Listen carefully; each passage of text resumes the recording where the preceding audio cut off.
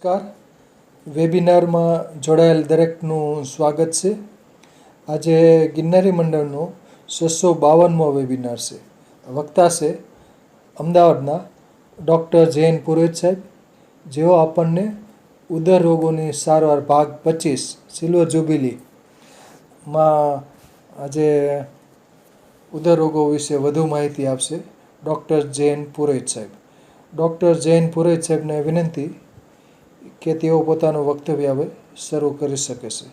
નમસ્કાર સર. જય ધન્વંતરી.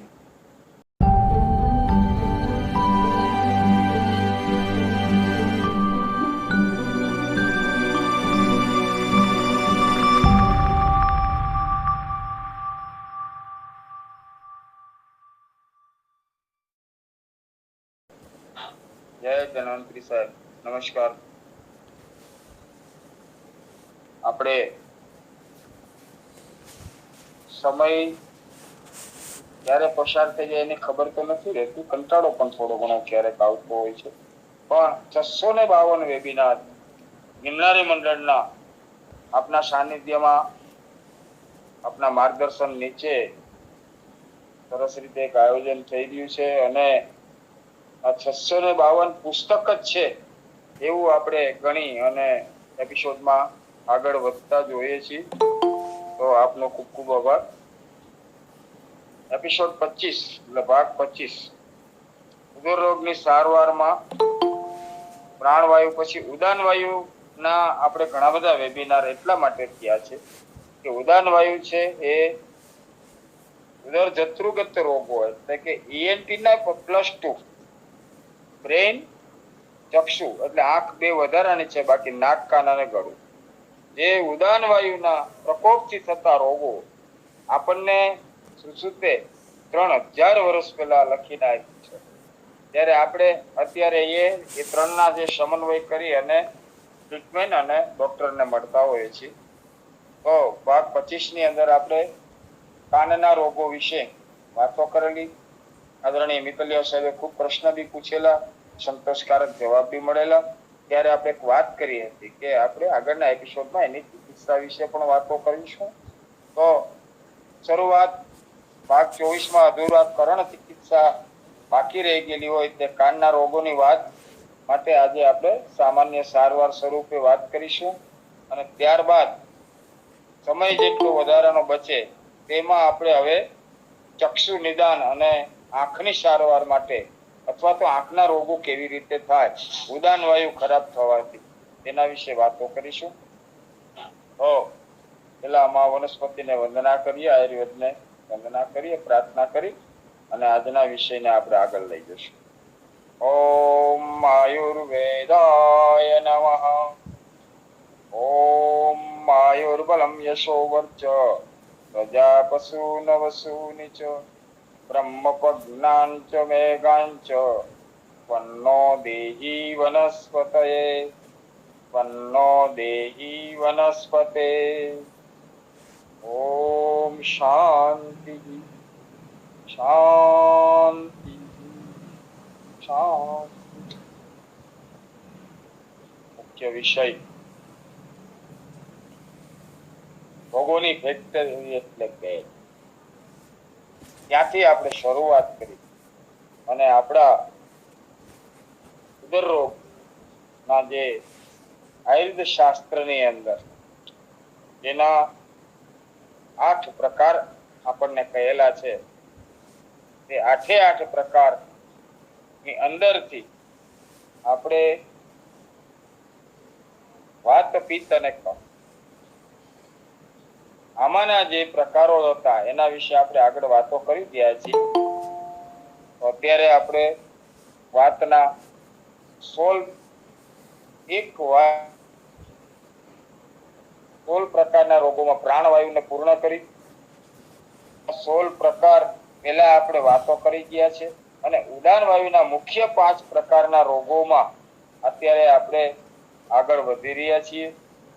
આ તો ખરેખર આ વેબિનારો છે એ મારા માટે પણ ખૂબ મહત્વના છે. લેશન પાકું કરવા માટે પણ સમજવા માટે ખૂબ જ મહત્વના છે. કારણ કે આ જ્યારે ડોક્ટર તરીકે પ્રેક્ટિસ કરતા હશે આપણા જુનિયર ડોક્ટરો એમના માટે ખાસ એટલા માટે છે કે જોકે એ લોકોને હવે તો અભ્યાસક્રમ ખૂબ જ આગળ વધે જ છે, પણ 5 વાયુ 5 પ્રકારના પિત્ત અને 5 પ્રકારના કફમાં કયા કયા વાયુથી કયા રોગો થાય છે આવું સ્ટડી પણ સંક્ષિપ્તમાં હોય છે, હોતું જ નથી ખાસ કરીને. તો જીવન ઉપયોગી વનસ્પતિઓ અને જીવન થતા રોગો વિશે વાત કરવામાં આપણે ઉડાન વાયુની અંદર અત્યારે પ્રવેશ કરી ચૂક્યા છીએ. તો ઉડાન વાયુની અંદરનો પ્રાણવાયુ પછી ઉડાન વાયુ છે. ઉદાનો નામ યસ્તુર્વર્ગ મોપૈતિ પવનોતમ તેન ભાષિત ગતાદિ વિશેષો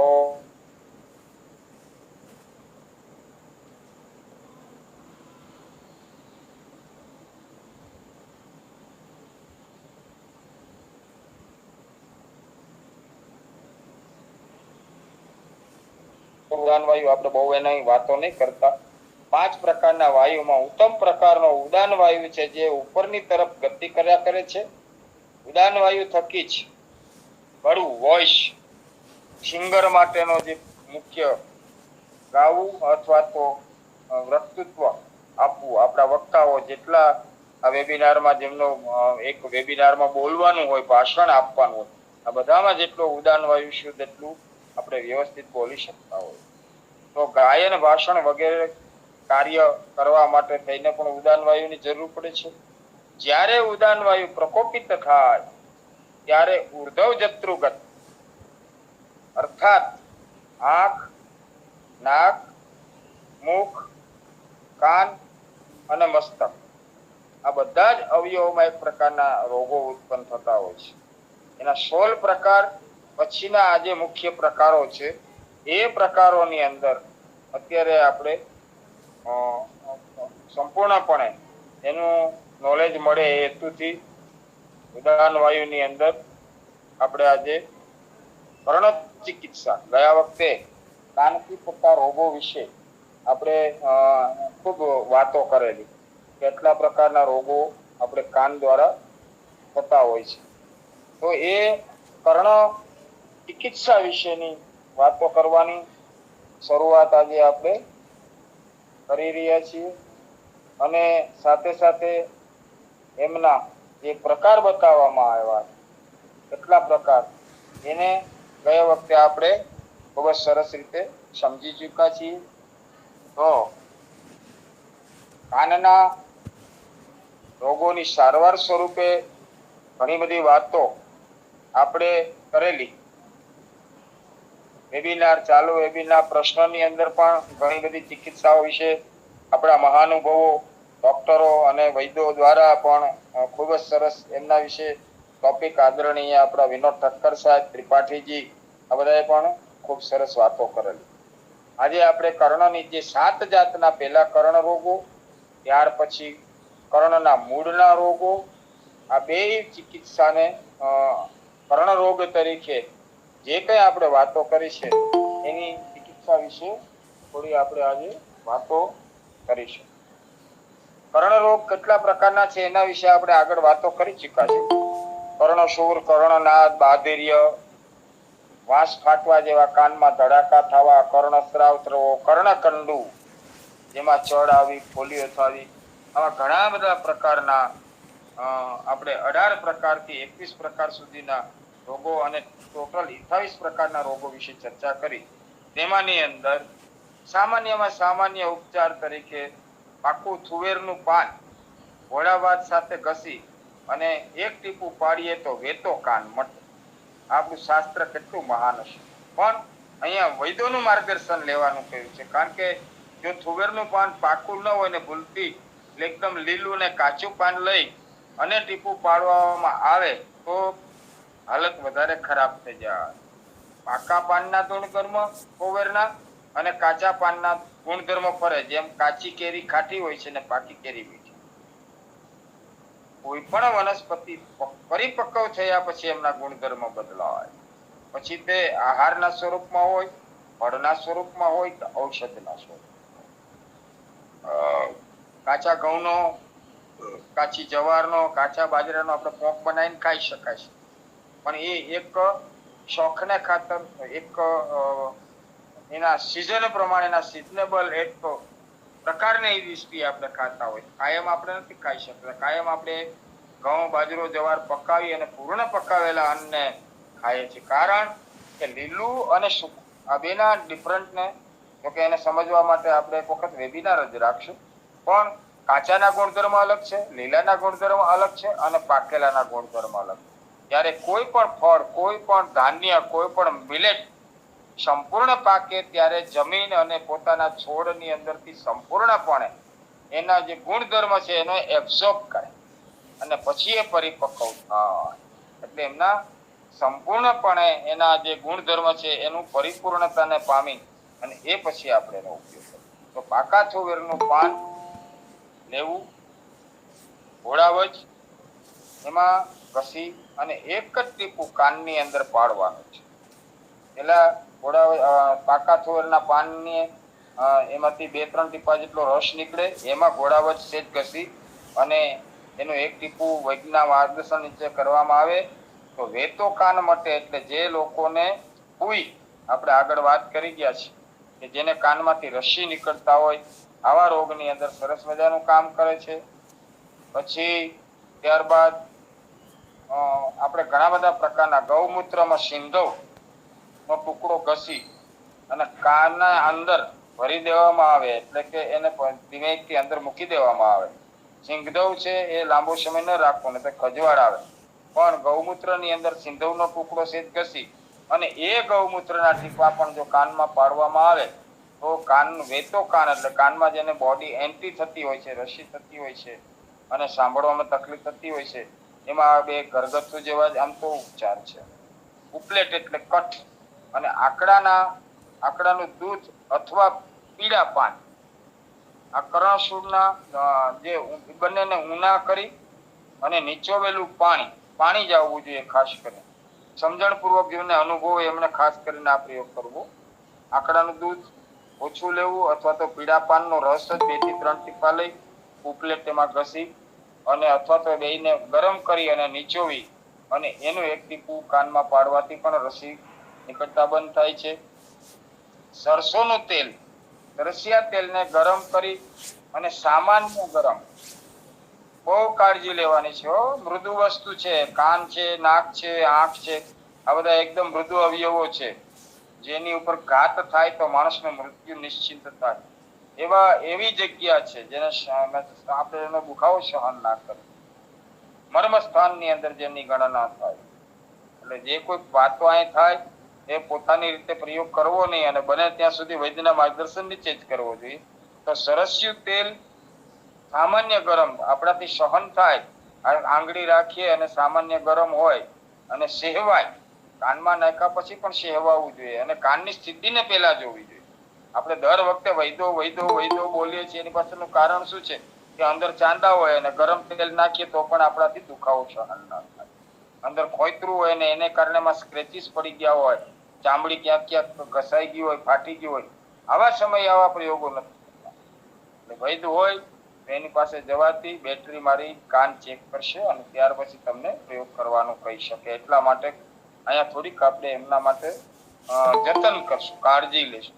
તો સરસ્યું સહેવાય એટલું ગરમ તેલ નાખવાથી લાંબો સમય સુધી આ તેલનો ઉપયોગ કરવાથી બહેરાપણું મટે.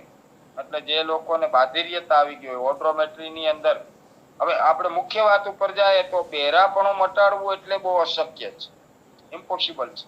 તો આપણા શાસ્ત્રએ લખ્યું છે એની પાછળનું કંઈક કારણ હોય. તો એ ડિસ્ટ્યુચ વેન, સુકાઈ ગયેલી ડ્રાય થઈ ગયેલી વેન, એના ઉપર ધીમે ધીમે એની અસર આવતી હોય અથવા તો પડદા ઉપર અસર આવતી હોય. પણ જ્યારે પડદાની અંદર કાણું હોય ત્યારે પણ આવું તેલ નાખી શકાય નહીં. એટલે મુખ્યત્વે સમજણપૂર્વક આ સારવાર કરવી જોઈએ. ઘણી વખત આપણા કાનની અંદર બગાઈ છે, જીવડો છે, માખી છે, આવી કોઈ પણ વસ્તુ જતી રહી હોય અને નજીકમાં ક્યાંક કુવાડીઓ હોય. સાહેબે જયારે કુવાડિયાનો પરિચય ચક્રમદ તરીકે આપેલો, સવારની આપણે 28 તારીખે કોઈને મળી ગયેલો, તો એ કુવાડીઓ આપણે બધાએ જોયો છે, શિબિરમાં હતા એ લોકો. તો બગાઈ એટલે બગાસ છે, કોઈ પણ પ્રકારના જીવડા જંતુ જયારે કાનમાં જાય તો કુવાડિયાના પાંદડાનો રસ કાનમાં નાખવાથી બગાઈ હોય બગાસ અંદર ગઈ હોય તો એ જીવતે જીવતી બહાર નીકળી પડે અને દર્દ શાંત થાય. કારણ કે આપણે બગાસ છે ને પશુને બહુ હોય ને આપણે બગાસ કહે છે, એક જાતનો જીવડો જ છે, બગાઈ છે. એને આપણે પકડીને આપણે હાથમાં રાખીએ ને તો પણ એ હાથમાંથી છૂટવા માટે એના નોર ભરાવે. એટલે કાનમાં ગયા પછી સામેની સાઈડ નીકળવાની કોશિશ કરતા એના પગ એકદમ રફ એન્ડ ટફ હોય અને એકદમ આપણા કાનમાં ચીરા કરી નાખે, સ્ક્રેચીસ કરી નાખે. એ ટાઈપના એના નખ હોય એટલે એને કારણે દર્દ ખૂબ થતું હોય. આવા સમયે જો નજીકમાં ક્યાંક કુવાડીઓ હોય અને એના રસના ટીપા અંદર નાખવામાં આવે તો બગાઈ જીવતે જીવતી બહાર નીકળી જાય છે અને દર્દ તરત જ શાંત થતું હોય. બહેરાપણાના ઉપાય તરીકે તો આપણા શાસ્ત્રી આપણને ઘણું બધું હોય છે. આકડાના પીળા પાનને અગ્નિ ઉપર તપાવી તેને હાથેથી મસળી નીચોવી અને એનો કાઢેલો રસ કાનમાં નાખવાથી કાનમાં ધાક અને બહેરાપણું જાય. પણ અહીંયા આંકડો અને થુવેર આને સમજશું. કોઈને એમના વિશે નોલેજ ન હોય તો આપણા આદરણીય મિતલિયા સાહેબને આંકડો કેવો હોય અને થુવેર કેવો હોય એ જાણી અને પછી પ્રયોગ કરવો અને પીળા પાન જ લેવાની વાત છે. કાચા પાન લેવા નહીં, નહીંતર એની તીવ્રતા આપણાથી સહન ન થાય. ઘણી વાર વારંવાર એટલા માટે કહું છું કે આ જગ્યા ઉપર પ્રયોગ કરતા પહેલા ખૂબ જ કાળજી લેવી. તો આંકડાના પીળા પાનને અગ્નિ ઉપર તપાવીને હાથથી હથેળીમાં મસળી નીચોવી કાઢેલો રસ કાનમાં નાખવાથી ધાક ઘણા લોકોને પડી જતી હોય છે, સંભળાતું નથી હોય. આ ઇમરજન્સી સાધ્ય રોગો માટેના પ્રયોગ અને બહેરાપણું ધીમે ધીમે ઓછું થાય. ન થાય તો પછી એના બીજા પ્રયોગો આપણે કરી શકાય. પછી ઘણા લોકોને શરદીના કારણે કાનમાં ચસકા આવતા હોય છે. આપણે એના આગળના કાનના રોગોમાં આપણે નિદાન પરત એની અંદર આગલા વેબિનારમાં સમજી ચૂક્યા છીએ ચસકા કેવી રીતના કારણથી નીકળતા હોય છે. તો એમાં સુવાદાણા તોલો અડધો અને બકરીની લીંડીઓ નંગ 4 લઈ ગૌમૂત્રમાં ઉકાળી અને તેનો કાનને બાફ આપવાથી કાનના ચસકા મટી જાય. શાસ્ત્રએ ક્યાં આપણું કેટલું આપણી કાળજી લીધી. સુવાદાણા તોલો અડધો એટલે 5 ગ્રામ સુવાદાણા લેવા અને બકરીની લીંડી નંગ 4.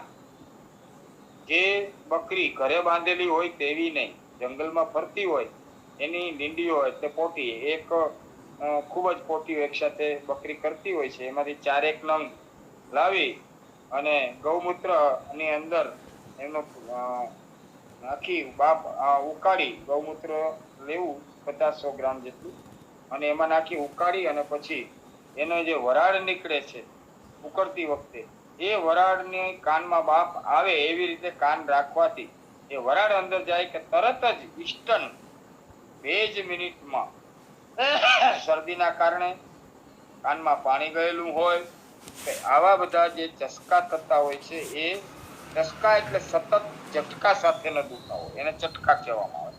ચસકા નીકળે એવું કહેવામાં આવે છે આપણા શાસ્ત્રમાં. એ ચસકાને બંધ કરે છે. તીવ્ર શૂળ થતું હોય કાનની અંદર ચસકા નીકળવા અને તીવ્ર શૂળ. ચસકામાં ઝટકા આવે 1 મિનિટ, અડધી સેકન્ડ, અડધી મિનિટ, 15 સેકન્ડ, 10 સેકન્ડ એમને એક પ્રકારનો ચસકો આવે ને દુખાવો થાય. અને તીવ્ર શૂળ સતત ચાલુ રહેતા દેખાવાને તીવ્ર એટલે શૂળ કહેવામાં આવે. ત્યારે એમને અંદર ક્યારે તેલવાળી દવાના ઉપયોગ ના કરો. એટલે આપણે બહુ આગળનો જે આપણો જે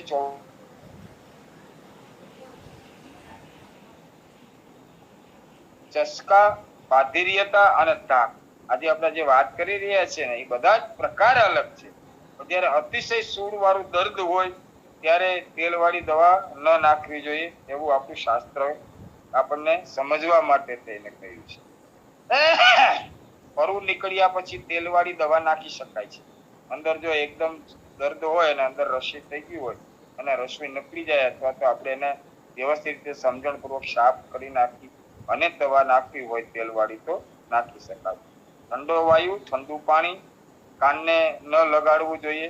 ઘણા લોકોને આજે આદત હોય છે સ્નાન કરતી વખતે થોડીક સમજણ આવી એટલે છાપકા ભરીને કાનની અંદર નાખીને સાફ કરતા હોય છે. દરરોજ કઈ નથી થતું પણ ક્યારેક એને કારણે પાણી વધારે અંદર જાય અને એર પ્રોસેસ થઈ જાય, પ્રેશર આવે એરનું, તો એ પાણી અંદર ને અંદર સ્ટોર થઈ જતું છે વેક્યુમ લાગવાથી. અને એ પછી જ્યાં સુધી પાણી ન નીકળે ત્યાં સુધી આપણને સંતોષ ન થાય, કાન ભારી ભારી લાગે. નદીઓમાં સ્નાન કર્યું અથવા સ્વિમિંગમાં સ્નાન કરીને ડૂબકીઓ મારી હોય ત્યારે આવું ઘણી વખત થઈ જતું હોય છે. એટલા માટે ખાસ કાળજી રાખવી. ઠંડા પાણીથી સ્નાન કરતી વખતે ઠંડુ પાણી કાનને ક્યારેય ન લગાડવું જોઈએ. અને ઠંડા પાણીથી જે લોકો સ્નાન કરતા હોય તેવા લોકોએ ઠંડા પાણીથી સ્નાન કરી અને તરત જ ગોળ ન ખાવો. સાકર ને ગોળ અને આવા પદાર્થ ન ખાવા જોઈએ. નહીતર જ્યારે આપણે માથું ધોયું હોય અને કાનમાં પાણી ગયેલું હોય ત્યારે સાકર ખાવાથી શરદીની સંભાવના વધી જતી હોય છે અને ગોળ ખાવાથી ઘણા બધા લોકોને કાનમાં રસીનો પ્રોબ્લેમ પણ સાંભળવા મળેલો છે. માથા ઉપર પાણી શાંતિથી રેડવું જોઈએ. ક્યારે ગરમ પાણી વધારે માથા ઉપર રેડવું ન જોઈએ. સમઘાત પાણીથી માથું ધોવું જોઈએ, પણ પોતપોતાની આદત પ્રમાણે નાવું. એટલે કે જે લોકો કાયમી ઠંડા પાણીએ નાતા હોય, વ્યવસ્થિત રીતે જતન સાથે કાનને સાફ કરતા, આવા લોકોને કોઈ બાદ નથી. એટલે આજથી પાછું તમારી શિડ્યુલ ના બદલી નાખતા. હવે સાહેબે કીધું એટલે આપણે ઠંડા પાણીથી ન નાવું, પણ ઠંડા પાણીથી નાતા હોય આ લોકોએ તાત્કાલિક સાકર અને ગોળનું સેવન ના, નહીતર કાનમાં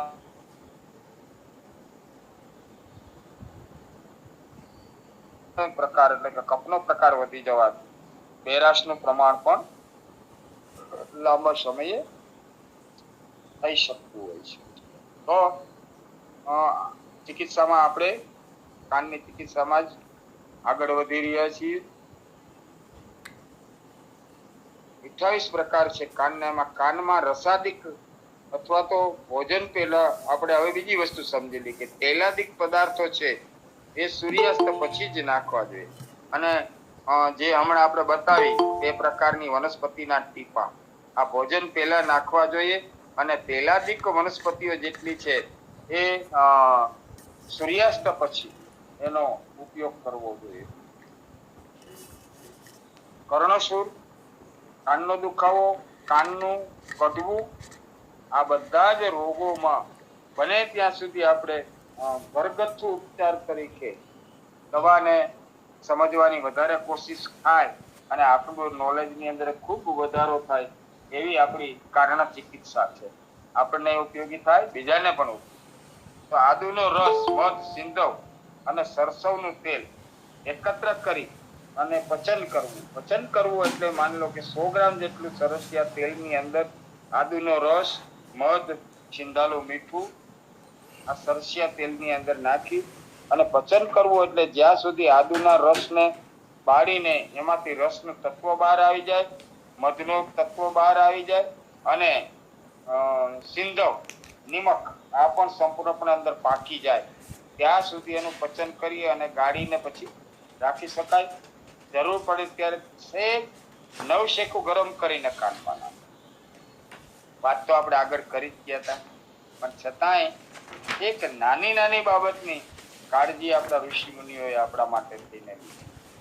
તો લસણ, આદુ, વાયુવર્ણોના મૂળ અને કેળનો રસ આટલી વસ્તુને પણ ગરમ કરી અને કાનમાં નાખવામાં આવે તો બાધીરિયાની અંદર ખૂબ જ ઉપયોગી થતું હોય છે. હવે આપણે આગળ વાત કરી હતી તે પ્રમાણે આકડાના થુવરના પાકેલા પાન લેવાની વાત થઈ છે. તો ઉનાળાની સિઝન હોય અથવા તો જેની ગરમ પ્રકૃતિ હોય આવા લોકો આવા પાંદડાને ઘી ચોપડીને સામાન્ય દેવતા પર શેકીને એનો રસ કાઢી અને પછી ઉપયોગમાં લેવામાં આવે તો કાનની અંદર જે સામાન્ય સડી કે એવું કંઈ નાખવાથી ઇન્જરી હોય તો પણ એને કારણે વનસ્પતિના કારણે બળતરા ન થાય. હિંગ, સિંધવ અને સૂંઠ આ પણ એક કાનના રોગોની અંદર ખૂબ જ સરસ કાર્ય કરે છે. હિંગ, સિંધવ ને સૂંઠનો કલ્ક તેલમાં પચન કરવો. અહીંયા આપણે સરસ્યું તેલનું કાનને વધારે પ્રાધાન્ય આપ્યું છે, પણ એ ન મળે તો કોપરેલ લઈ સિંધવ, સૂંઠ અને હિંગ નાખી અને એને ખૂબ કઢી નાખવું. પચન કરવું એટલે કઢી નાખવું, એટલે આ તત્વો કાચા ન રહે. આના ડ્રોપ પણ કાનમાં નાખવાથી બાધીર્યતા, કર્ણશૂળ અને ઓડિયોમેટ્રી જે લોકોને કાનની નસો સુકાતી હોય આવા લોકોને વાતાદી દોષો, જ્યારે હિંગ આવી અને સૂંઠ આવી તો વાત, પિત્ત અને કફ વેબિનાર 24 સાંભળી લેવું. એમાંથી જે વાતાદી દોષોના કારણે કાનના રોગો થતા હોય છે તેમાં હિંગ, સિંધવ ને સૂંઠનો કલ્ક પચન કરી અને એના ડ્રોપ કાનમાં નાખવાથી ખૂબ જ સરસ મજાનું પરિણામ મળતું હોય છે. આવા તેલો સિદ્ધ કરી અને લાંબો સમય સુધી રાખી શકાય.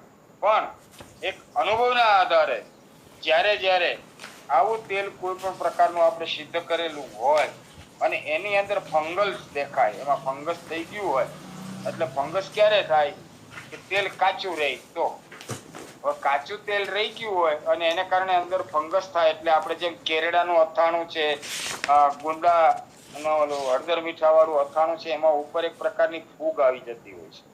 એમાં પણ એને જો આપણે એના વેબિનારમાં જોઈ લેવું, આપેલું જ છે મેં.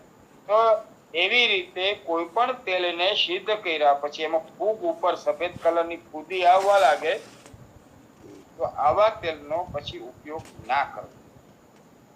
પણ બીજા તેલ સંપૂર્ણ અનુભવના આધારે અથવા આપણા વૈદ્યશ્રીઓએ બનાવેલા કોઈ પણ પ્રકારના તેલ, આવા તેલને લાંબો સમય રાખી શકાય એવી એ લોકોએ પ્રોસેસ કરેલી હોય છે. તો એ તેલ લાંબો સમય આપણે રાખી શકતા હોઈએ છીએ. અને આવા તેલનો ઉપયોગ કરતી વખતે એને સામાન્ય ગરમ કરી અને ઉપયોગ કરવામાં આવે તો ખૂબ જ સરસ મજાનું પરિણામ મળતું હોય છે. લીંબુના રસમાં કોડીની ભસ્મ નાખો, કારણ કે કોડીની ભસ્મ બનાવવા માટે જ 1 કિલો લીંબુનો રસ કાઢીને એમાં 100 ગ્રામ જેટલી, 150 ગ્રામ કે 200 ગ્રામ જેટલી કોડી નાખીને મૂકી રાખવામાં આવે તો કોડીનું પાણી કરી નાખે. આ તાકાત લીંબુની અંદર છે. તો લીંબુના રસમાં અથવા તો બીજોરાના રસના પાણીમાં કોડીની ભસ્મ નાખી અને તે કાનમાં નાખી. કોડીની ભસ્મ પણ થાય, એનું પાણી થઈ ગયા પછી એને પાછી ચૂલા ઉપર ઉકાળવામાં આવે તો એની ભસ્મ તૈયાર થઈ જતી હોય છે. એ ભસ્મ લીંબુનું ડ્રોપની અંદર નાખવાથી પણ અંદર ગયેલા જીવજંતુનો તાત્કાલિક નાશ કરે છે. અને જે લોકોને બાધિર્યતા લાંબા સમયથી હોય, ક્રોનિક ડિઝીઝ જેમાં સાંભળવાની તકલીફ હોય, આવા લોકોએ આ પ્રયોગ વૈદ્યના માર્ગદર્શન નીચે કરવો. વૈદ્ય પાસેથી ચોખ્ખી અને શુદ્ધ કોડીની ભસ્મ આપણા કોઈ વૈદ્યો બનાવતા હોય તો પહેલા એમના પાસેથી લેવીને તો સારી કંપનીની ખાતરીબંધ હોય તેવી લઈને વૈદ્યોને આપવી અને એમના દ્વારા આવો પ્રયોગ કરવામાં આવે. કારણ કે કાનના રોગોમાં આજે, અને સાંભળી લેજો, 20 વર્ષ પછી તો કાનના રોગો માટે તેને સ્પેશિયલ કદાચ ઉદાન વાયુ નો પ્રકોપ હશે એના કરતા વધારે થાય કે જે થાય છે. પણ અત્યારે જે ટેકનિકલી મોબાઈલનો ઉપયોગ, કાન પાસે મોબાઈલ રાખવાથી મોબાઈલ ભીનો થઈ જાય એટલો પસીનો થઈ જતો હોય છે ઘણા લોકોને, અને ઘણા લોકો હેન્ડસ્ફ્રીનો ઉપયોગ કરતા હોય છે, ઇયરફોનનો ઉપયોગ કરતા હોય છે, બ્લુટૂથથી હેન્ડસ્ફ્રીનો ઉપયોગ કરતા હોય. આ બધાને કારણે આગામી 20 વર્ષમાં કાનના ડોક્ટર પેશન્ટ વધવાની ખૂબ શક્યતા છે. તો આવી રીતે એક્સિડેન્ટલી જે લોકોને કાનની તકલીફ નાની ઉંમરમાં થયેલી હોય, આવા લોકોએ ભાંગરાનો રસ, કુવાડિયાના મૂળનો રસ, લસણનો રસ દશાંશ, પહેલા 2 રસ 10-10 ગ્રામ લીધા હોય તો લસણનો રસ 1 ગ્રામ લઈ અને આપણા કાંદા એટલે ડુંગળીના પાનનો રસ, આદુનો રસ, બહુ આ પ્રયોગ સાચવો, ખૂબ જ સારો અને સાચો પ્રયોગ છે, સ્વાનુભૂત પ્રયોગ છે પપ્પા બાપુજીનો. તો ભાંગરાનો રસ, કુવાડિયાના મૂળનો રસ સમજી લઈએ, કારણ કે કુવાડિયો અત્યારે જ મળે છે, પછી કુવાડિયો મળતો નથી. ચોમાસું વર્ષાયુ વનસ્પતિ છે અને કારતક માસમાં એ સંપૂર્ણ એમાં સિંગ આવીને પાકી ગયા પછી એમના મૂળ લેવા, એના મૂળનો રસ કાઢવો. ભાંગરાનો અંદર તો ખૂબ જ રસ હોય છે, પણ કુવાડિયાના મૂળમાંથી રસ કાઢવો થોડો અઘરો હોય છે. તો 20 ગ્રામ જેટલો ભાંગરાનો રસ લીધો હોય તો એની અંદર 10 ગ્રામ જેટલો કુવાડિયાનો રસ નાખવો, 2 ગ્રામ જેટલો લસણનો રસ નાખવો, કાંદાના પાનનો અને આદુનો રસ છે એ પણ એની અંદર 25% એટલે 2.5 ગ્રામ નાખી અને એને સિદ્ધ કરી અને એકનો ઉપયોગ કરવામાં આવે તો અકાળે કાન એટલે કે ઇમરજન્સી કોઈ કારણોસર કાનનો બંદરની બેરાશ આવી હોય, દુખાવો થતો હોય, કાનમાં ઘણા બધા લોકોને ઝીણી ઝીણી સીટી જેવો અવાજ આવતો હોય, આવા બધા લોકો માટે બીજી વખત કહું છું એટલે પ્રશ્ન કોઈને પૂછવાનો ના રહે. ભાંગરાનો રસ, કુવાડિયાનો રસ 25-25 મિલીગ્રામ લેવો, લસણનો રસ 2.5 મિલીગ્રામ, કાંદાનો રસ 5 ગ્રામ આદુનો રસ પણ 10 ગ્રામ. હવે માફ કરીને કહું છું, એ બધાને એકત્ર કરી અને એને સિદ્ધ કરો. એટલે સિદ્ધ કરવા માટે થઈ અને જેટલું એનું વજન થાય એ વજનની અંદર એનાથી 0.5 અથવા તો માની લો કે 100 ગ્રામ વજન થયું તો એની અંદર 25 ગ્રામ પાણી ઉમેરવું અને પાણીને પાછું ધીમા તાપે બાળી અને રસને સિદ્ધ કરી લેવો અને ત્યાર પછી એનો ઉપયોગ થાય. આ એક બીજો પ્રયોગ છે, એ ઘણા બધા વૈદ્યો પણ કરતા હોતા પહેલાના સમયમાં. અને ઘરગથ્થુ ઉપચાર તરીકે દાદીમાના વૈદાની અંદર પણ સમુદ્ર ફીણના સફેદ કલરના હલકા વજનના ટુકડા સમુદ્ર કિનારે નીકળતા હોય છે. આમ તો એ કોઈ એની વાત પછી કરશું ડાયરામાં ક્યારેક, કે એક જાતનું કોઈ દરિયાઈ પ્રાણીના અંદરથી નીકળતું તત્વ છે એવું સાંભળેલું છે. તો સમુદ્ર ફીણ દરિયામાંથી તણાતું સમુદ્રમાંથી કિનારે ઘણા લોકોને મળતું હોય છે. આની વસ્ત્રગાળ ભૂકી એટલે કે એકદમ બારીક કપડાની અંદર સમુદ્ર ફીણનો ભૂકો કરી ગાળી અને જે સફેદ કલરનું દ્રાવણ નીકળે આ ચપટી ભરી કાનમાં નાખી અને ઉપર લીંબુના રસના 2 કે 3 ટીપા પાડવામાં આવે તો કાનમાં થતા સણકા, કાનનો દુખાવો, આ બધાની અંદર ખૂબ જ સરસ મજાનું આપણને પરિણામ મળતું હોય છે. ત્યારબાદ કર્ણસ્ત્રાવ, કર્ણશૂળ. આજે આપણે આગળ વાત કરી એમાં કર્ણશૂળ, બીજી જે વાત કરી એમાં આપણે વિગતવાર વાત કરીશું. પછી કર્ણસ્રાવમાં વધારે પડતો રસીનો પ્રયોગ આપણે સ્વાનુભૂત પ્રયોગો તરીકે તુવેરના પાન, આંકડાના પીળા પાન, તુવેરના પીળા પાન, આ બધા વિશે વાતો કરી ચૂક્યા છીએ. એ સ્વાનુભૂત પ્રયોગો છે. શાસ્ત્રોક્ત દ્રષ્ટિએ હજુ પણ આપણે કાનમાંથી પરવું જે નીકળે છે એના વિશે ઘણા બધા પ્રયોગ આપણને આપણા ઋષિ કાળની અંદરથી મળેલા છે. તો એનો પ્રયોગ આપણે સાંભળશું અને માણીશું. એક વૈદ્યના સરસ મજાના એક પ્રયોગની અંદર અમે જ્યારે વૈદ્યો બધા બેસતા કોઈ પણ ફાર્મસી ઉપર કે બેઠા હોય ત્યારને આજથી 30-40 વર્ષ પહેલા એચે ગાંધીને ત્યાં હું ખાસ બેસતો અને ત્યાં પણ વૈદ્યો અમે મળતા બધા અમદાવાદની અંદર. ત્યારના એક વૈદ્ય બહુ સરસ વાત કરી કે કાનના પડદા તૂટેલા ન હોય અને એનું ચેક કરાયા પછી જે લોકોને કાનમાંથી રસી નીકળતી હોય એને એક જ ડ્રોપ કાનને સાફ કરીને એક જ ડ્રોપ બ્રાન્ડી, શુદ્ધ બ્રાન્ડી લેવાની છે.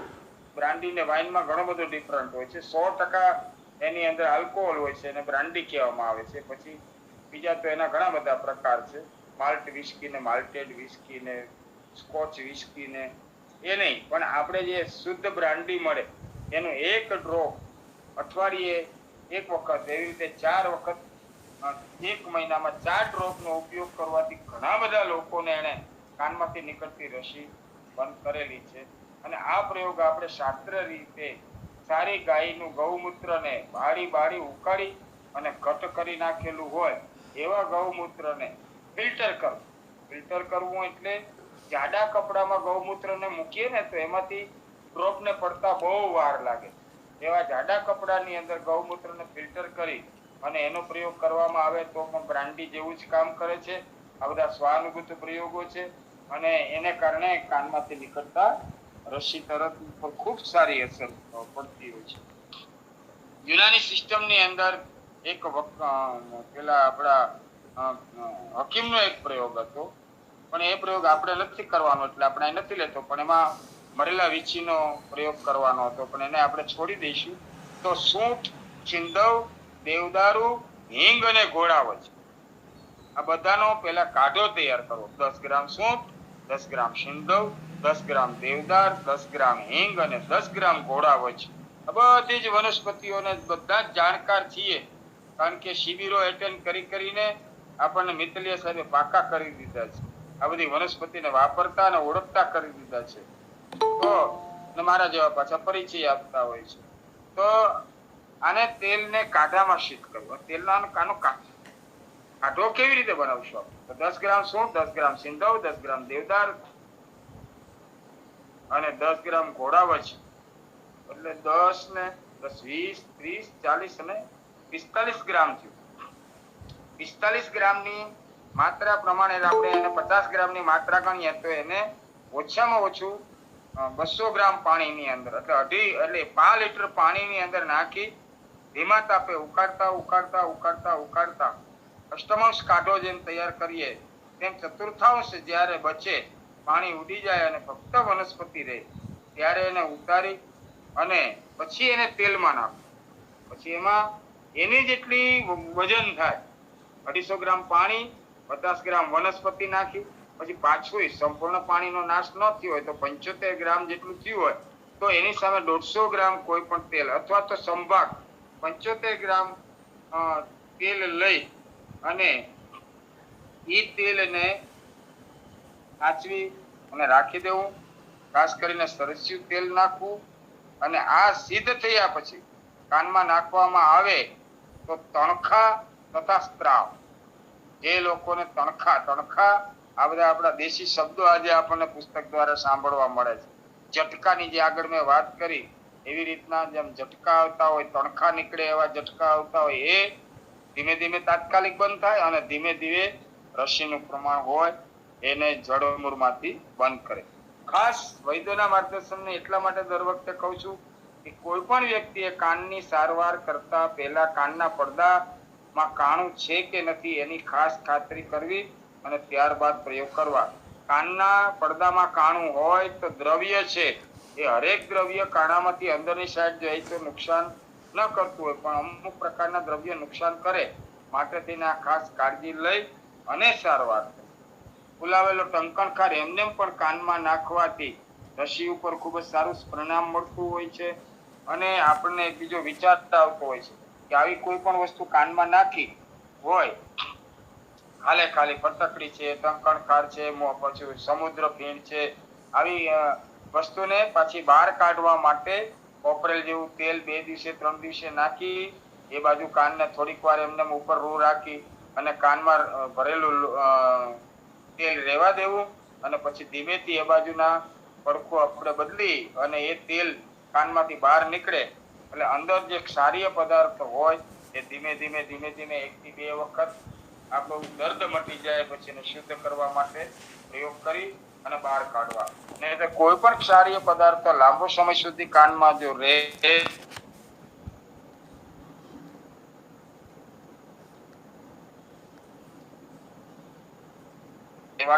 ઋષિમુનિએ લીધી છે તો એ પ્રમાણે કામ કરવું જોઈએ. બદામનું તેલ કાઢે, ઘણા બધા લોકો અત્યારે વાપરતા હોય છે. એ બદામનું તેલ નાખવાથી પણ કર્ણસ્ત્રાવ, કાનમાંથી જે પરુ નીકળતા હોય એટલે એ પરુની ઉપર એની પણ એક સરસ મજાની અસર આવે છે. અને એક સ્વાનુભૂત તરીકે પ્રયોગ તરીકે ફુલાવેલી ફટકડીની પિચકારી મારવાથી અથવા કાનમાં ભૂકી, હમણાં આગળ આપણે જે વાત કરી એ પ્રમાણે એનો પાવડર નાખી અને રાખવાથી પણ સરસ મજાનું પરિણામ.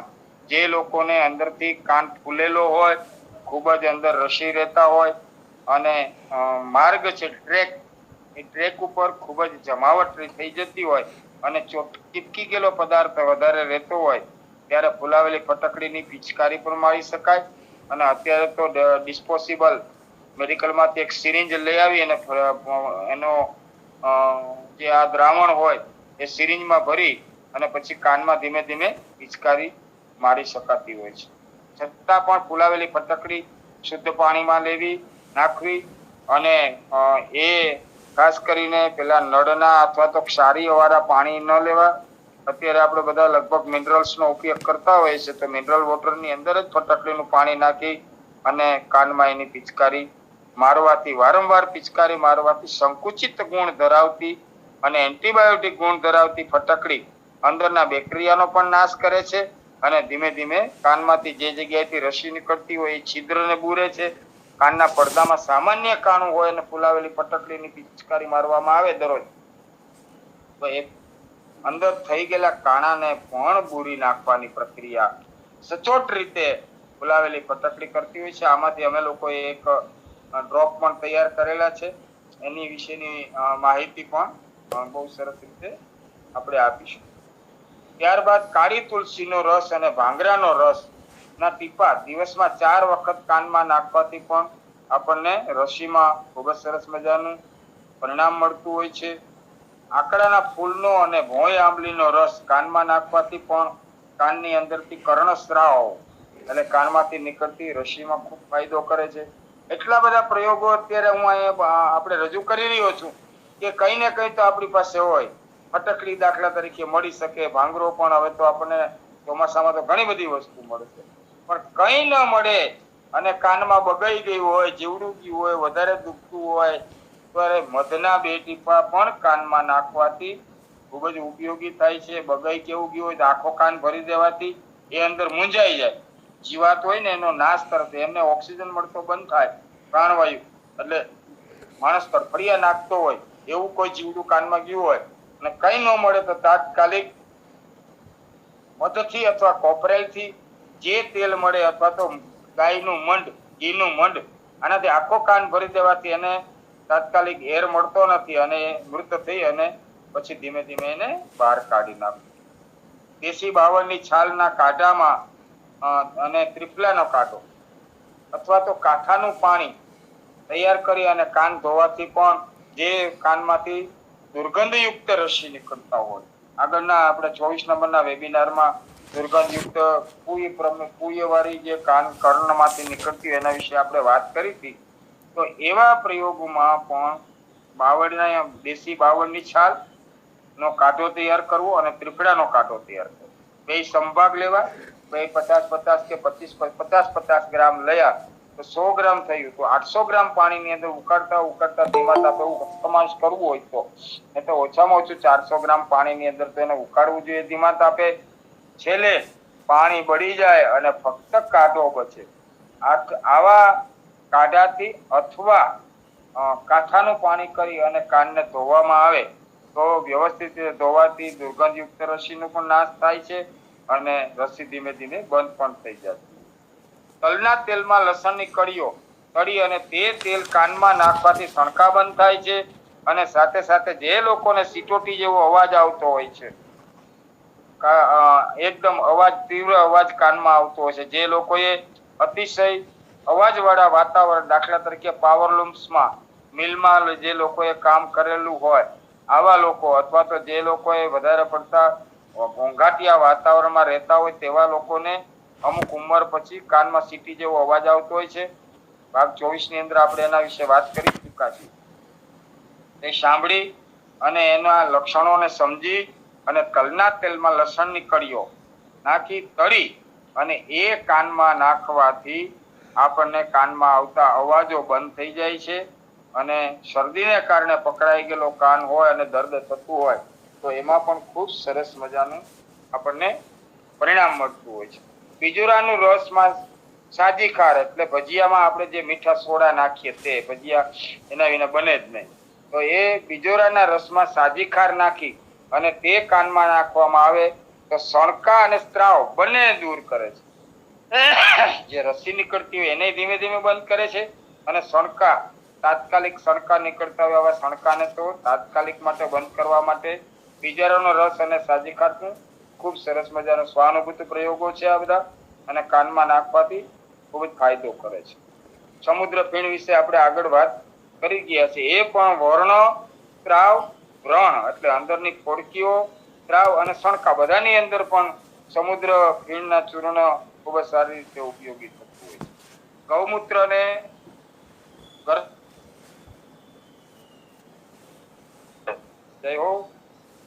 ગૌમૂત્રને મંદોષણ ગરમ કરવું અને પછી એની અંદર ગરમાડાના કાઢો તૈયાર કરી અને અથવા તુલસીનો રસ કાઢી અને મંદોષણ ગૌસૂત્ર એટલે વધારે ગરમ ન હોય તેવા ગૌમૂત્રમાં નાખી સિદ્ધ કરી અને એના ટીપા પાડવામાં આવે અથવા તેનાથી પિચકારી ભરીને કાન ધોવામાં આવે તો કાનમાંથી નીકળતા મેલ, કાનમાં વધારે પડતો આવતો કુદરતી રીતે અંદરના ભાગમાંથી આવતો દુર્ગંધયુક્ત સ્ત્રાવ એટલે કે રસી અને મેલ, આ બંનેમાં મેલ પણ ઘણી વખત વાસવાળો બહાર નીકળતો હોય છે. આવા પ્રયોગની અંદર ગરમાડાનો કાઢો અથવા તુલસી ગૌમૂત્રના અંદર સિદ્ધ કરી અને ઉપયોગ કરવાથી ખૂબ જ સરસ મજાના ફાયદા થશે. ઉપરનો આજની જે વાતો કરી છે બધા જ સણકા એટલે દુખાવામાં તો સારામાં સારું કામ કરશે. આપણે એટલી બધી વનસ્પતિની વાત કરી ચૂક્યા છીએ કે એમાંની અમુક વનસ્પતિ વિશે તો આપણા ઘરની આજુબાજુ અથવા તો આપણા કોઈ પણ વૈદો અથવા તો સિટી પ્રમાણે, દાખલા તરીકે આપણે રાજકોટમાં હોય તો આપણા વિનોદભાઈ ખરાને ત્યાંથી આવી બધી ઘણી બધી વનસ્પતિ હોય તે આપણને મળી શકતી હોય, અને લઈ અને એનો પ્રયોગ કરવામાં આવે તો ENT એટલે અત્યારની આધુનિક દવાઓને અથવા તો એના શરણે જવું નથી પડતું. જરૂર હોય તો જવું, મારી મનાઈ નથી, પણ બને ત્યાં સુધી આવા સામાન્ય ઘરગથ્થુ ઉપચાર દ્વારા આપણને ઘણા બધા પ્રયોગ મળ્યા છે. એને સિદ્ધ કરી અને આનો ઉપયોગ કરવામાં આવે તો ખૂબ જ સરસ મજાનું પરિણામ મળતું હોય છે.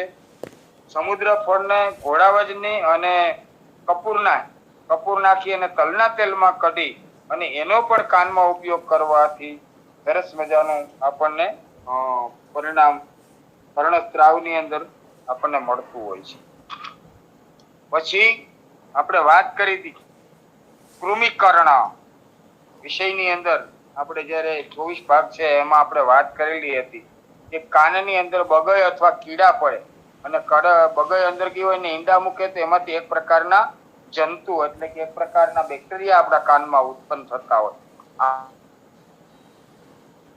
કૃમિકર્ણ જેને કહેવામાં આવે છે, આપણા 24 નંબરના વેબિનારમાં આપણે આ બધે વાત કરી હતી. તો એમાં સરસ્યું તેલ ખાસ કરીને ખૂબ જ ઉપયોગી છે. પછી રીંગણીના ફળ, રીંગણી એટલે આપણી આ રીંગણા ખાય છે એની બીજી રીંગણી ખાય છે, કોઈને ખ્યાલ ન હોય તો મુખલિયા સાહેબ પાસેથી જાણી લેવું. અને રીંગણીના ફળની ધુમાડી કાનને આપવામાં આવે તો કાનની અંદરના કીડા ન પડે અને બગઈ અંદર ગઈ હોય ને એની અંદર કોઈ પણ માખી કે એના ઈંડા સામાન્ય રીતે જતા રહ્યા હોય તેમાં પણ આપણને ખૂબ જ ફાયદો થાય છે. નગોળ અને કલગારી છે ઝેરી કંદ છે, તો કલગરીના કાંદાનો રસ અને નગોળ આ બે રસને ભેગો કરવો અને શેકતો વિશે જાણી લેવું. આ ત્રણેયનો રસ કાઢી અને કાનમાં નાખવામાં આવે તો પણ કૃમિકર્ણ એટલે કે આ એટલા માટે હું વાત કરું છું, ખાલી કૃમિકર્ણ એટલે બેક્ટેરિયા, કોઈ પ્રકારનું બેક્ટેરિયલ ઇન્ફેક્શન જ્યારે કાનમાં આવે, સમજજો બરાબર, ત્યારે બેક્ટેરિયલ ઇન્ફેક્શન આપણા ડોક્ટર પણ આપણને કહે ત્યારે રીંગણીના ફળની ધુમાડી, નગોળ શેકતો અને કલગારીના કાંદાનો રસ કાનમાં નાખવો.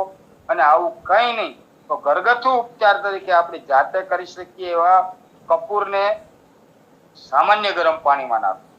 કારણ કે કપૂરને વધારે ઉકાળવામાં આવે તો એના તત્વો બળી જાય, એટલે સામાન્ય ગરમ પાણીમાં કપૂરને મૂકો અને કપૂર ડિઝોલ્વ થઈ જાય, અંદર ઓગળી ગયા પછી આ પાણી કાનમાં નાખવાથી અંદરના બેક્ટેરિયલ ઇન્ફેક્શન કાનમાં કોઈ પણ પ્રકારના હોય તો એની અંદરથી આપણને ખૂબ જ સરસ મજાનું પરિણામ મળતું હોય છે.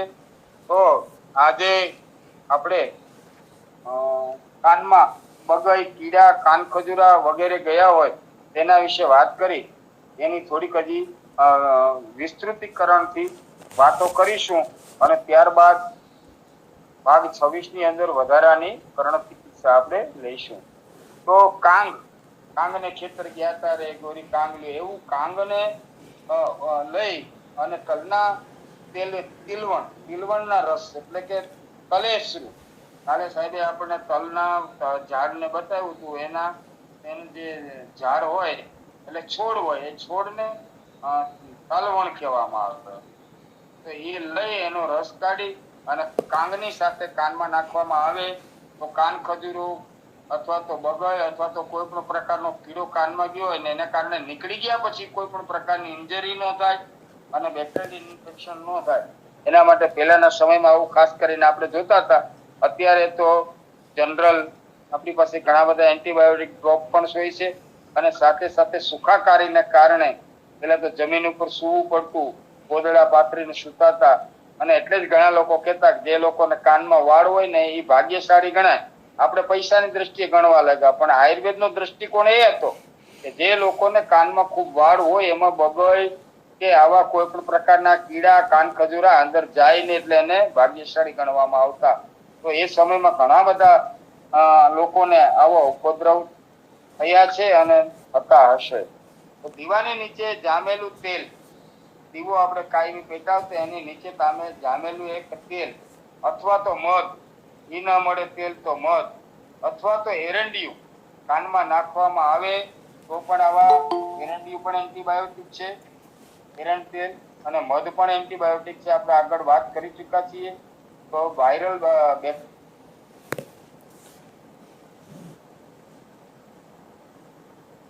સંસ્કૃતની અંદર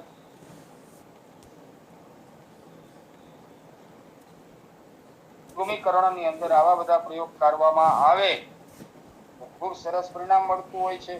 કોઈ પણ વસ્તુનું આવું ન થઈ શકે અથવા તો આપણને ડર હોય કે કઈ કાનની અંદર તકલીફ થઈ જાય એવું આપણને ડર લાગતો હોય તો કલગારી, કાળો ભાંગરો, સૂંઠ, મરી અને લીલી પીપર એટલે ત્રિકટકું આ બધાને એક વસ્ત્રમાં બાંધવા.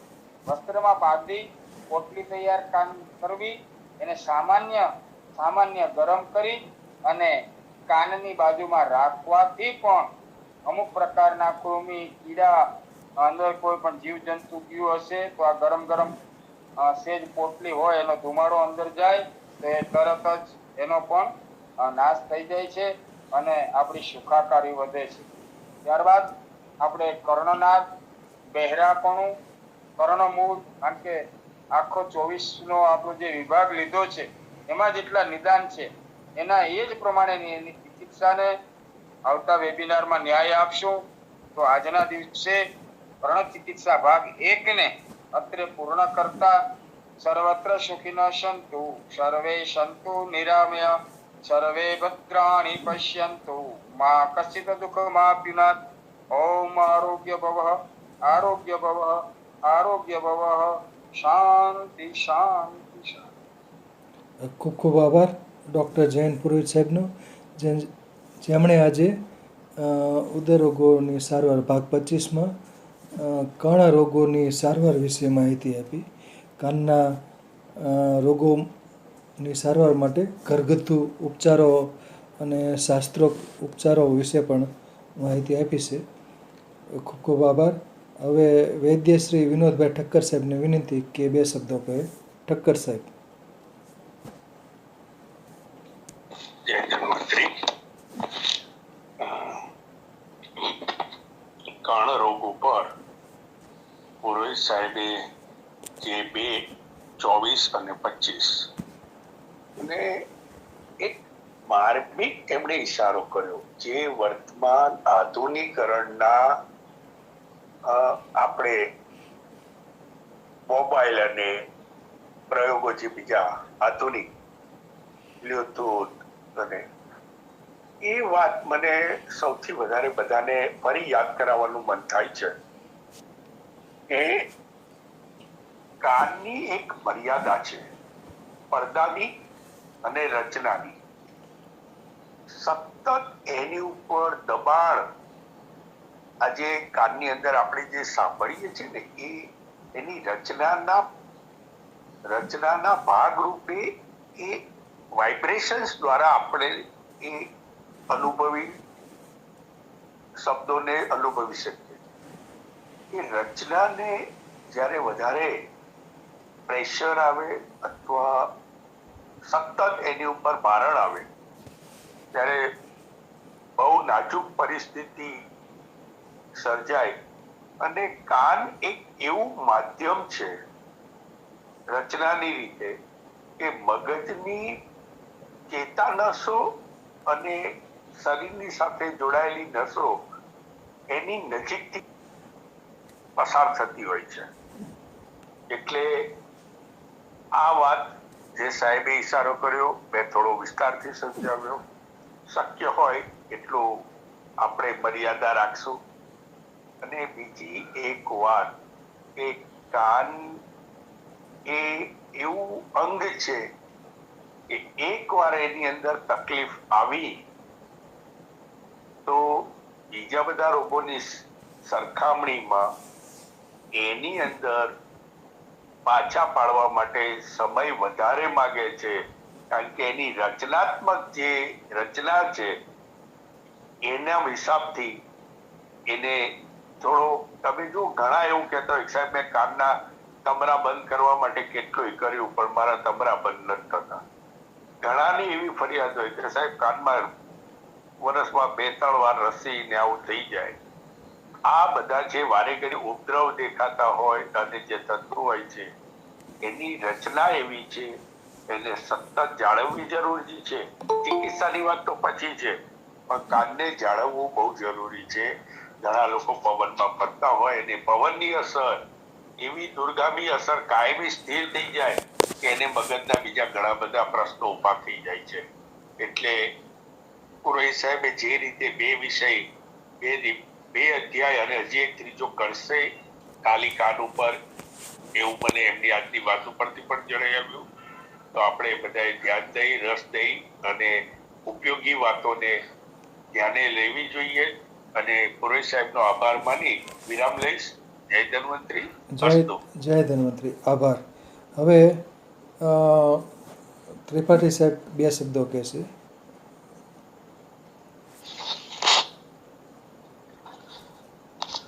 बहुत बहुत धन्यवाद सर, बहुत ही अच्छा वेबिनार रहा। सामान्य तौर पर कानों को, आंखों को टेकन फॉर ग्रांटेड लिया जाता है, यानी ये तो हमारे पास है ही, लेकिन जो यदि इनसे बेदरकारी की जाए तो सबसे ज्यादा डेलिकेट होने के कारण नुकसान होने की संभावनाएं भी रहती हैं। तो पर्सनल हाइजीन रखें और जो साहब ने बताया बहुत ही साधारण भाषा में आसानी से सुलभ चीजें और बड़ी आसानी से की जा सकने वाली चीजें कई सारी बताई। उसके अलावा कुछ विशिष्ट प्रयोग भी बताए, बहुत ही लाभकारी हैं। कई सारे प्रयोग हम लोग भी करते रहते हैं, किए हैं पास्ट में। तो और तुलसी पत्ता है, आग का पत्ता है, ये सब चीजें शहर क्या और गांव क्या सब जगह उपलब्ध है, तो इनका प्रयोग किया जा सकता है। बहुत बहुत धन्यवाद। આભાર. હવે કેટલાક પ્રશ્નો હું પૂછી જોઉં છું પુરોહિત સાહેબને. સામાન્ય રીતે જે જલકુંભી છે, કાન ફોડી પણ કહે છે, અને પીળી તલાવણી છે, એ પણ કાનના રોગોમાં એનો ઉપયોગ થતો હોય છે. બીજું ગૌમૂત્ર હોય અથવા પંચગવ્યના ટીપા જેમ કાનમાં નાખતા હોય છે, તેમાં સ્વમૂત્રના ટીપા પણ કાનના રોગોમાં વાપરી શકાય ને પુરોહિત સાહેબ? હા સાહેબ, વાપરી શકાય. નાના બાળકનો પેશાબનું પણ કહ્યું છે, પણ લોકોને થોડું અલગ પ્રકારનું લાગે એટલે મેં નથી લીધું. ના, એટલે પોતાનો પેશાબ તો વાપરી શકે ને, કાનમાં નાખવા છે ને. ક્યાં સ્વમૂત્રનો પ્રયોગ પણ થઈ શકે, અસ્વમૂત્રનો પ્રયોગ પણ થઈ શકે. બરાબર છે, સરસ.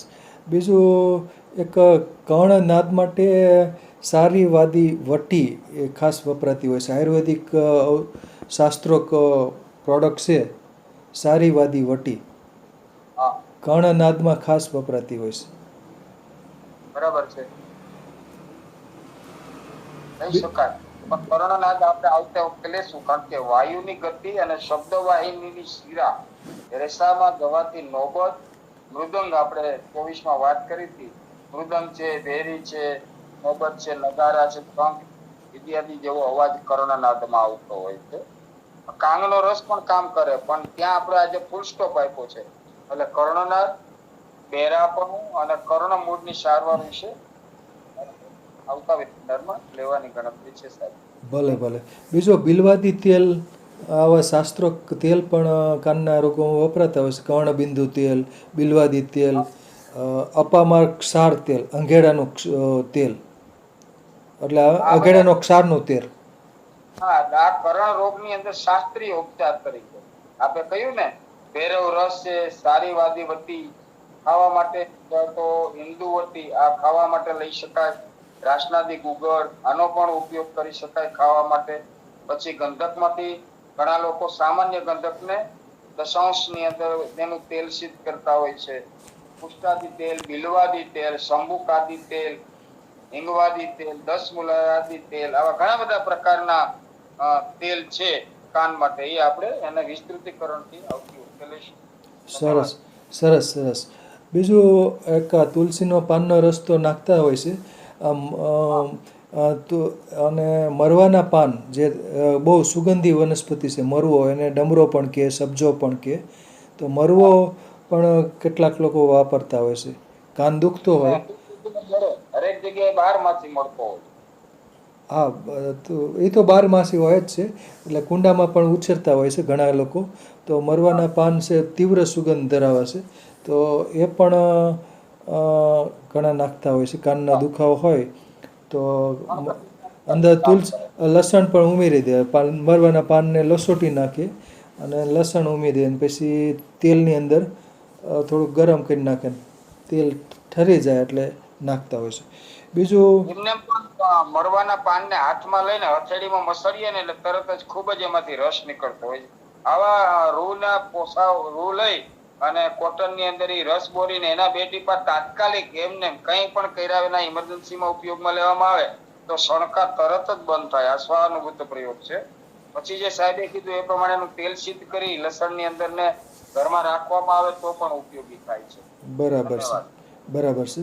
બીજું ટર્પેન્ટીન કે કેરોસીન એ પણ કાનના રોગોમાં ઉપયોગી થાય. ટર્પેન્ટીન જે પણ એને સમજણપૂર્વક કરવું જોઈએ, કારણ કે અત્યારે કેરોસીન પ્યોર નથી હોતા. કેરોસીનને કોઈ પણ કેમિકલ વાળા પેલા જે એના ટ્રાન્સફર કરવા માટે એક જગ્યાએથી બીજી જગ્યાએ લઈ જવા માટેના જે એના ટેન્કર વપરાતા હોય છે ને એ ખાસ કરીને શુદ્ધ નથી હોતા.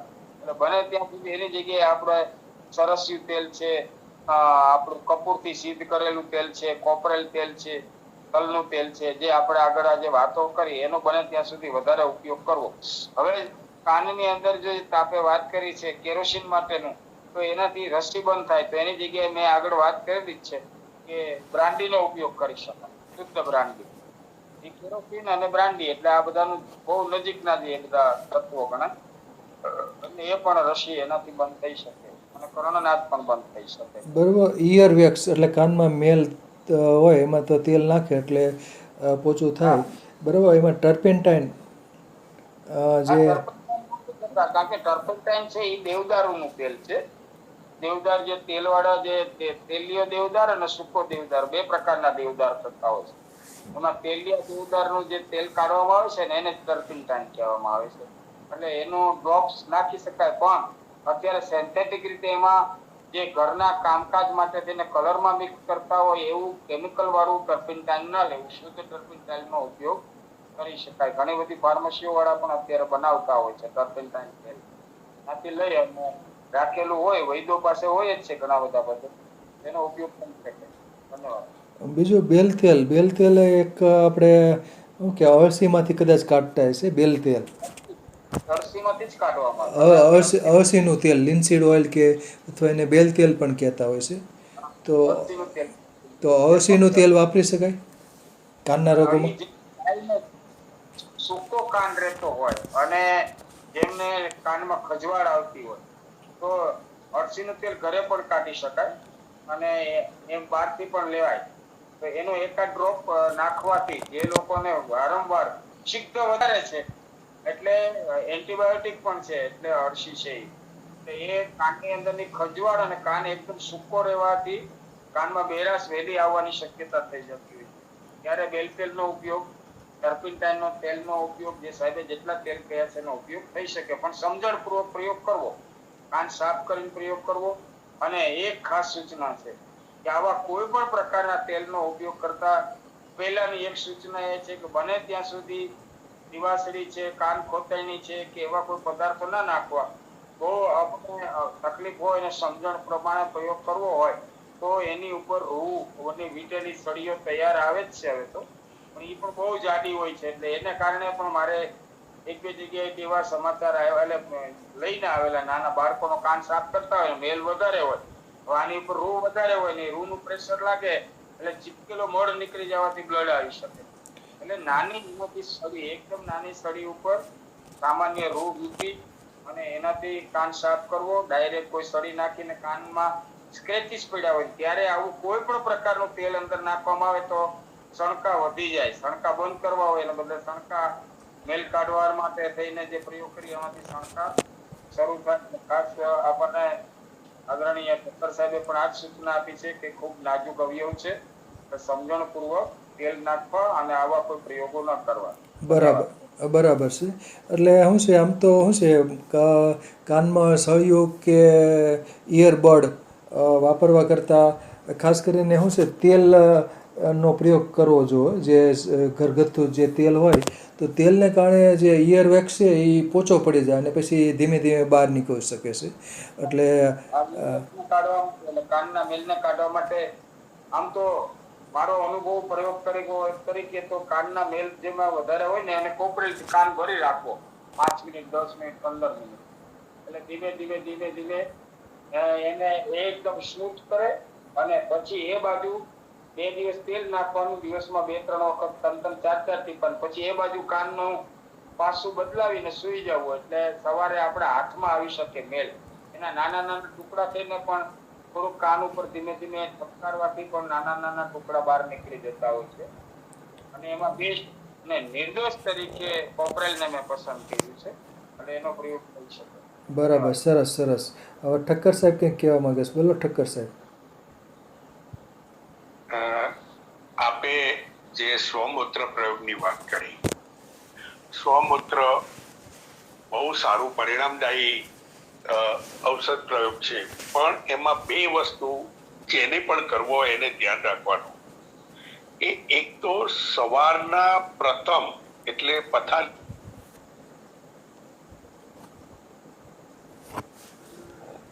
અવાજ જતો રહ્યો ઠક્કર સાહેબ. થોડો જવા દઈ અને પછી સંગ્રહ કરીને વાપરવાનો, એનો શાસ્ત્રમાં જે રીતે છે એ રીતે કરવો જોઈએ. બીજું, એને પણ થોડોક સહેજ ગરમ કરીને પછી વાપરવો જોઈએ.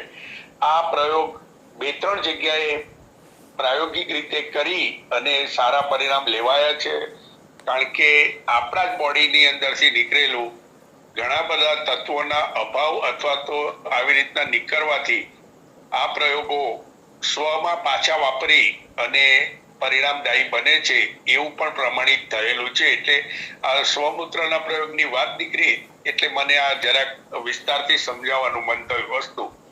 બરાબર છે. અમે તે શું છે સ્વમૂત્રમાં તો શું છે યુરિયા ને એ બધું હોય છે, ખાસ કરીને ગંધક ને બધું હોય, થોડુંક એસિડિક હોય છે સ્વમૂત્ર. એમાં વાસી સ્વમૂત્ર હોય અથવા તો શું કે જલદ હોય, પીળું પેશાબ હોય, જલદ પેશાબ હોય તો એ કદાચ વધુ ગુણકારી કરતું હોય. બીજું એક જે સવારનું મૂત્ર એટલે જ કલેક્ટ કરવાનું કીધું છે કે રાતને 5-6 કલાક દરમિયાન જેટલાક પણ સારો એની અંદર ભરવાના હોય એ બધા ભરેલા હોય, એટલે જ શાસ્ત્રમાં એને પ્રથમ મૂત્ર ગ્રહણ કરીને વાપરવાનું કીધું છે. હસ્તો વાહ વાહ, સરસ સરસ. હવે શરદભાઈ વોરા પ્રશ્ન પૂછશે. શરદભાઈ વોરા. લિન્સીડ ઓઇલ એટલે અળસીનું તેલ, ઈ એક જમાનામાં ઘંટ છાપ ડબ્બા આવતા હતા એટલે બેલ તેલ કહેવાતું હતું. ઘંટ એટલે બેલ, એટલે આજે બેલ તેલ નામ પડી ગયું છે. લિન્સીડ ઓઇલ જ છે. હા, બરાબર છે. એ આપણે શું છે કલર પેઇન્ટ વાળા છે ને એ વાપરે છે. તે ઓઇલ પેઇન્ટ કરતા હોય ને કલર કામ કરનાર, ઈ લોકો બેલ તેલ વાપરે છે, એટલે આપણે બેલ તેલ એટલે જ બોલીએ છીએ. હા, એટલે લિન્સીડ ઓઇલ જ છે. હા, એટલે કલર જાડો થઈ ગયો હોય ને તો પાતળો કરવા માટે બેલ તેલ નાખે અંદર, એટલે લિન્સીડ ઓઇલ નાખે છે. બોલો અનિલભાઈ પટેલ સવાલ કરશે. અનિલભાઈ પટેલ. જી જી સર. હવે હું તો મોડો જોડાણો તો સાહેબે જે ઓલી ધુવાડી આપવાનું કીધું હતું, એ શેનું કીધું હતું સાહેબ તમે? કાનને ધુવાડી આપવાનું નતું કીધું કે કીડા બહાર આવી જાય? પુરોહિત સાહેબ. હેલો.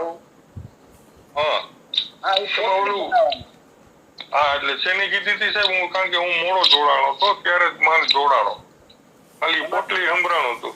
હા, સુકાયેલા ટ્રેક્ટરના ફૂલને ભાંગરાનો રસ ઈ પણ લઈ શકાય. બાવળિયાની છાલ ને ત્રિફલાનો કાઢો એમાંથી પણ ઈ ન કરવું હોય તો એને પણ લઈ શકાય. અને આખો જે 3-4 વનસ્પતિ વિશે જે આપણે વાત કરી હતી એમાં એક જ મિનિટ હો. હા, ધુવાડી માટે તો ભોંય રીંગણી કે રીતનું રીંગણી બોલેલા સાહેબ. રીંગણી, હા. હા, હા, હા. રીંગણી પણ લઈ શકાય.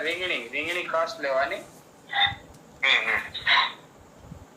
સરસ સરસ. અને બીજું તમે કીધું બ્રાંડી નાખવાની, પેટમાં નાખવાની કે કાનમાં? કાનમાં એક જ ડ્રોપ નાખવાનો. આ પેટ પેટમાં નહીં ને પેટમાં નહીં પેટમાં નહીં. કલગારી ગટારી કાલ જ છે.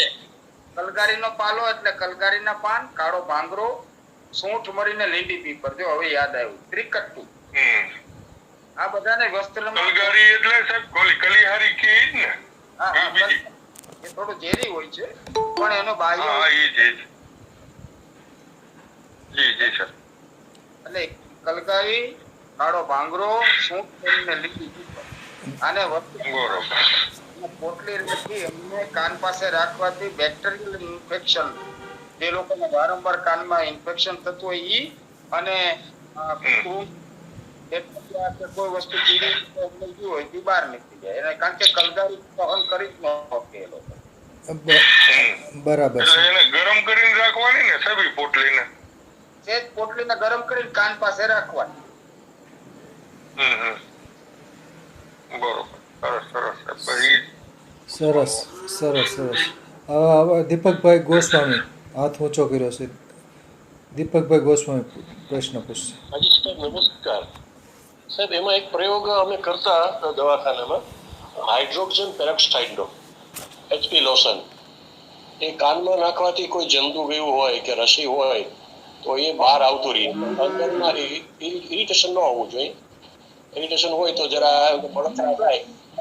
હાઇડ્રોજન પેરોક્સાઇડ અથવા તો પેલા આપણે ગુમડા સાફ કરવામાં પણ ડોક્ટરો વાપરતા. જ્યારે ડ્રેસિંગ કરવું હોય ને તો ચીપકી ગયેલું રૂ એને કાઢવા માટે પણ હાઇડ્રોજન પેરોક્સાઇડ મૂકવામાં આવે. તે એક પ્રકારના ફોમિંગ્સ થઈ અને એ ગુમડા ઉપર ડ્રેસિંગ કરતા પહેલા સાફ કરતા. અને કાનમાં રસીમાં અને કાનમાં મેલ, કાનના દુખાવામાં પણ હાઇડ્રોજન પેરોક્સાઇડ ઈયર માટે સ્પેશિયલ આવતું, એનો પ્રયોગ કરવામાં આવતો. પણ ઘણા બધા લોકોને હાઇડ્રોજન પેરોક્સાઇડ કાનમાં નાખવાથી ચક્કર આવે. એટલે આ એક ખાસ કાળજી રાખવી. અને કાનમાં જેને કાનના પડદા છે એ બસ્ટ થયેલા હોય, ફાટી ગયેલા હોય, તૂટી ગયેલા હોય, એવા લોકોને હાઇડ્રોજન પેરોક્સાઇડ કાનમાં નાખવાથી બેહોશ પણ થઈ શકે છે. એટલે હાઇડ્રોજન પેરોક્સાઇડ સમજણપૂર્વક વાપરવું જોઈએ. અસ્તુ.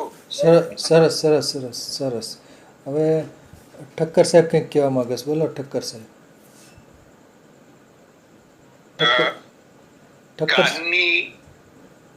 કાનની ચિકિત્સા બાહ્ય રીતે જે આપણે ચર્ચામાં છે, તો એક બહુ સમજવા જેવી વાત છે. એક કાનને ફરતો એટલે આંખ આપણી દોઢ આંગળ દૂર રાખીને, એટલે કાનની ધારે ધાર ફરતો તમે કાળી જીરીનો વાટીને લેપ, એમાં પણ સ્વમૂત્ર કે ગૌમૂત્ર જે મળે તે, એને ફરતો વાટીને લેપ કરી અને રાતે ખાલી સૂઈ જાવ ને તો પણ બાહ્ય પીડા એની ધીમે ધીમે રાત દરમિયાન જે થાય છે, તો કર્ણ પીડામાં બહુ સારી રાહત થાય છે, સારી ઊંઘ પણ આવે છે. કારણ કે એવું કહેવાય કે પ્રસૂતાની પીડા, દાંત અને કાનની પીડા અને પથરીની પીડા આ સહન થવી બહુ અઘરી છે. એટલે આના માટે આ બાહ્ય પ્રયોગ કરી અને રાહત લઈ શકાય. આપણી એમાં બહુ સારું પરિણામ મળે છે. અસ્તુ. બરાબર. સરસ. ખૂબ આભાર. સરસ.